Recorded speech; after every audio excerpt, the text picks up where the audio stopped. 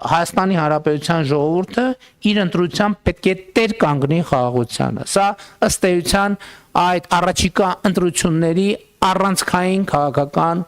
իմաստը եւ նպատակն է, համենայն դեպս կառավարության տեսակետից, բայց ոչ միայն կառավարության տեսակետից։ Պիտի ընդգծեմ, որ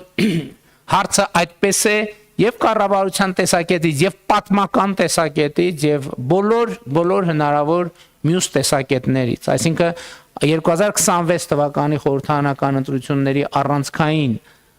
հարցադրումը հետեւյալն է կամ անհրաժեշտությունը հետեւյալն է Հայաստանի Հանրապետության ժողովուրդը իր ընտրությամբ պետք է տեր կանգնի խաղաղությանը։